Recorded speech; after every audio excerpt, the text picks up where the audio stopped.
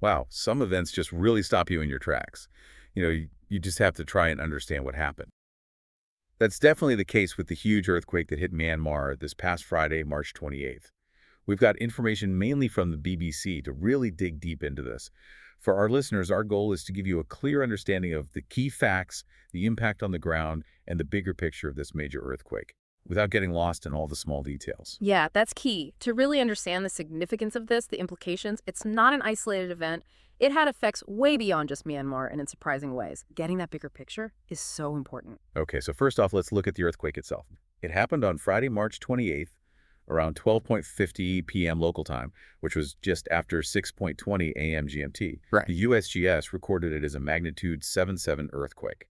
That's a very powerful event. It is. And they located the epicenter about 16 kilometers. That's 10 miles northwest of Sigang in Myanmar. And what's particularly worrying is how close that is to big population centers. Right. It was close to Mandalay, Myanmar's second biggest city. It has something like 15 million people, and it wasn't all that far from the capital. Nay Pai Ta, only about 200 kilometers or 125 miles north. But that first jolt wasn't the only seismic activity, was it? No, just 12 minutes later, there's a second earthquake. This one had a magnitude of 6.4.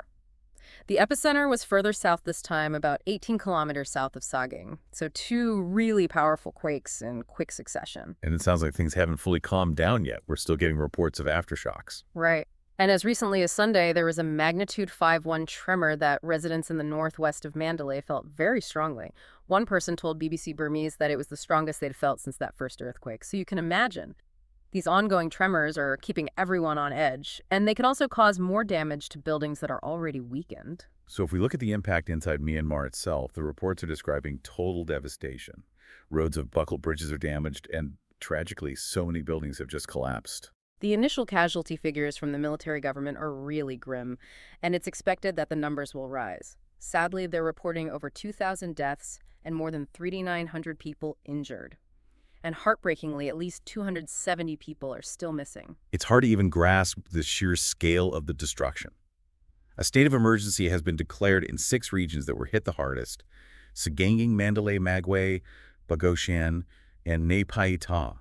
That's a huge part of the country. Yes, and the details coming out of those areas are really concerning. For example, just in the Mandalay region alone, the junta is reporting damage to over 1,500 homes with people trapped inside.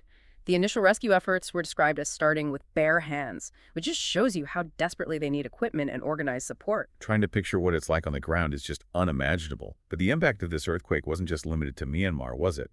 It was felt quite far away. Yeah, and that's what's remarkable and also alarming. The seismic waves from this were strong enough to be felt in Thailand and even in southwest China. But perhaps the most surprising impact was in Bangkok, which is over 1,000 kilometers away from the epicenter. That's more than 600 miles. And the news from Bangkok was quite shocking. Yeah. I think we all saw that video of the unfinished high-rise building collapsing. It must have been terrifying for the people in the city. It was. Tragically, 19 deaths have been confirmed in Bangkok as a direct result, 12 of those at the building collapse site. And even more concerning is that 78 people are still missing from there. And beyond that, there were reports and footage of buildings swaying noticeably, even water spilling out of rooftop swimming pools. You really get a sense of the sheer power of the energy that traveled outwards from that earthquake. Yeah, it really does show you the far-reaching power of an earthquake this big. Yeah. But one thing that makes understanding the full extent of the disaster even harder is the difficulty in getting reliable information out of Myanmar. Why is that? Well, Myanmar has been going through a really difficult political situation since the military coup in 2021. The country is now being controlled by a military junta, and historically, they've tended to control information tightly, especially during times of national crisis. This type of information blackout is sadly not new for Myanmar. It's happened during other crises in the past, which led to underestimations of damage and made it much harder for international organizations to figure out what people need. So basically, they're actively restricting the flow of news and information. Yes. They control pretty much all of the local media, radio, TV, newspapers, and online platforms. The internet is also very tightly controlled. And on top of that, the mobile phone networks in the affected areas have been really patchy, and there are widespread power cuts. So communication is extremely difficult for everyone.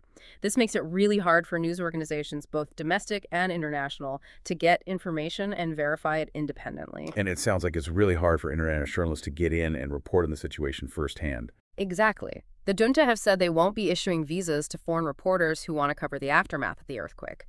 They're saying it's for safety concerns. But this lack of independent reporting on the ground makes getting a clear and unbiased picture of what's happening even more challenging. This is already an incredibly difficult situation, and then you add in the ongoing conflict within Myanmar. It's a lot to deal with. Unfortunately, yes. The 2021 coup led to these huge protests that have basically escalated into a widespread insurgency involving pro-democracy groups and various ethnic armed organizations. This essentially turned into a civil war across the country. So how does this conflict affect the efforts to provide aid and relief to the people affected by the earthquake? Well, the Saging region, which was the epicenter of the earthquake, is an area where control is divided between the junta and pro-democracy resistance groups. The junta have more control over the major urban centers like Mandalay and Nay Pai Tha, but this split control makes distributing aid and coordinating rescues much more difficult. But weren't there reports of a pause in some of the military operations? Yes, the National Unity Government, which represents the ousted civilian administration, announced that their armed wing, the People's Defense Force, would be pausing offensive military operations in the areas affected by the earthquake for 2 weeks, starting on March 30th. But this pause doesn't include what they call defensive actions, and it's not clear what the overall impact will be because lots of ethnic armed groups operate independently and might not stick to the ceasefire. And disturbingly, the UN has condemned the junta for continuing airstrikes in some areas even after the earthquake happened. It just paints this really difficult picture for trying to get the aid to the people who so desperately need it. So in terms of aid, what kind of help has been reaching Myanmar so far? Initial international aid has started arriving mostly from neighboring countries, China and India, which is interesting because it was after a pretty rare appeal from the military for international help. And Thailand, Malaysia, Singapore, and Russia have also sent aid, as well as that there are rescue teams from a number of countries joining in the search and rescue efforts. And what about the major international aid organizations? The IFRC and the UN have both launched appeals for funds to support the relief operations. The IFRC is asking for $100 million, and the UN has requested $8 million. The immediate needs on the ground are absolutely massive medical care, clean water, tents, food, and other essential supplies, especially in and around Mandalay. There are reports of widespread power outages, water supplies running out, and hospitals being totally overwhelmed. It seems like just the logistics of getting aid to where it's needed are a huge challenge at the moment. Sadly, that's exactly right. Michael Dunford from the UN World Food Program said that the time it takes to transport aid from Yangon to Nay Pai Tha and Mandalay has basically doubled because of the damage to roads, bridges, and other key infrastructure from the earthquake. It just shows how one disaster can make existing vulnerabilities so much worse and create a whole series of new challenges. Now let's step back for a minute and talk about the science behind earthquakes. What actually causes these things to happen? Okay, so basically the Earth's crust, which is the outer layer, is made up of these big interlocking pieces called tectonic plates. And these plates are always moving really slowly, driven by processes deep inside the Earth.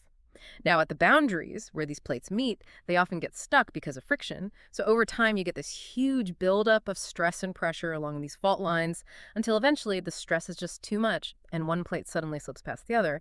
And that sudden release of energy travels outwards in the form of seismic waves. It's kind of like ripples of energy going through the Earth. And that's what we feel as an earthquake. And how do they actually measure how strong an earthquake is? I remember hearing about something called the Richter scale, but this report mentioned a different term. Right. The Richter scale was used in the past, but the scale we use now is the moment magnitude scale, or MNMBU. This scale gives us a more accurate measurement of the total energy released by an earthquake, because it doesn't just look at the amplitude of the seismic waves, but also the area of the fault that ruptured and how much it moved. Yeah. So this earthquake, being magnitude 7.7, puts it in the category of a major earthquake, which unfortunately usually causes serious damage, as we're seeing in Myanmar. Just to give you some context, a tremor of magnitude 2.5 or less, we usually can't even feel anything up to magnitude 5, might cause minor damage. And anything above magnitude 8.0 can lead to widespread catastrophic destruction. So this earthquake was also relatively shallow, according to the report. What does that mean, and why is it important when thinking about the impact? Yeah, so this earthquake happened about 10 kilometers below the Earth's surface. And shallower earthquakes tend to cause more damage on the surface because the energy doesn't have as far to travel and spread out before it hits populated areas. So that means that buildings and other structures feel much stronger shaking and are more likely to collapse compared to a deeper earthquake of the same magnitude, where the energy has weakened more by the time it reaches the surface. It's pretty sobering to think about how these huge geological forces can result in such a tragic loss of human life. The report also gave some context by comparing this earthquake to some other major seismic events in history. Yeah, to really get a sense of just how big and devastating earthquakes can be, it helps to compare them to other significant events. The 2004 Indonesian earthquake, which caused the devastating tsunami in the Indian Ocean, had a magnitude of 9.1. That's much more powerful than this one. And tragically, around 228,000 people died. And the biggest earthquake ever recorded was in 1960 in Valdivia, Chile. It reached a staggering magnitude of 95 plays. So while the recent earthquake in Myanmar is definitely powerful and has caused widespread damage, these comparisons show us just how destructive these events can be.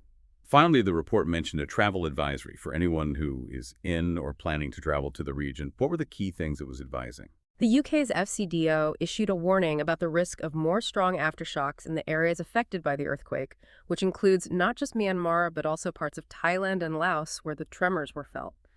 They're advising people to stay informed by keeping an eye on local news and to follow the guidance from the local authorities and their tour operators.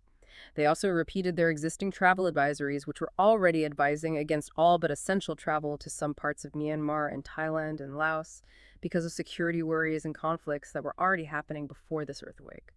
So for anyone listening who might be in that part of the world or who has travel plans, the message is clear. Be extra vigilant and keep up to date with what's happening. So to sum up our deep dive today, we've looked at this powerful earthquake in Myanmar, its impact on neighboring countries, and the challenges in fully understanding the scale of the disaster because of the difficult political situation and the ongoing conflict. We also talked about the difficulties of getting essential aid to the people who need it and the incredible forces of nature that cause these events in the first place. Absolutely.